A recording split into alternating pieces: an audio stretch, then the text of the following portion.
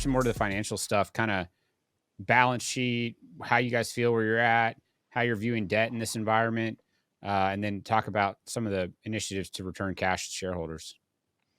Yeah, listen, balance sheet's improved a lot since COVID. I think two things matter on balance sheet. Leverage on a debt to EBITDA basis is obviously important, but EBITDA we know can get cut in half immediately, right? So you need to have free cash flow to cover your debt on top of just EBITDA.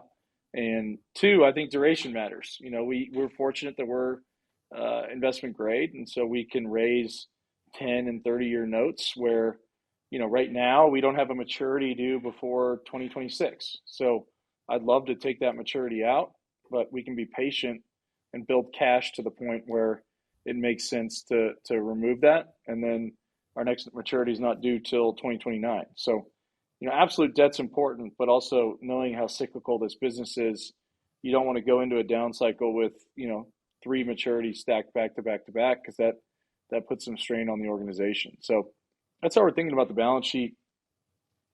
Cost of debt's obviously gone up significantly, right? Obviously with the Fed raising rates, we did a bond deal last fall, 10-year deal at 6.25%, which was kind of an eye-popping number considering that our last 10-year deal was done at 3.25%. But that's just the, Yeah. the nature of the beast with the Fed raising. It probably means oil companies should keep a little more cash on their balance sheet on the debt side. And then the big debate coming out of this down cycle has been that equity return plan, right? What's your capital return plan? How is it structured? How do I know that I'm getting my money back as an investor, right? And for us, the base dividend has always been, most important.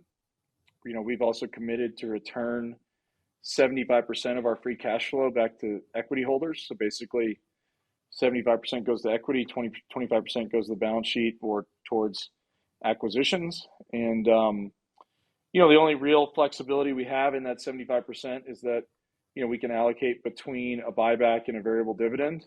I like to say that, if we get the chance to buy back, we will throughout the quarter.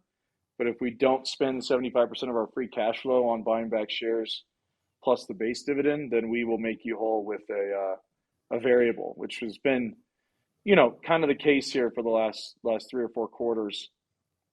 There might be a day when things cycle down where we just spend all of our money on buybacks, because that's going to be the best use of capital, for the business at the time.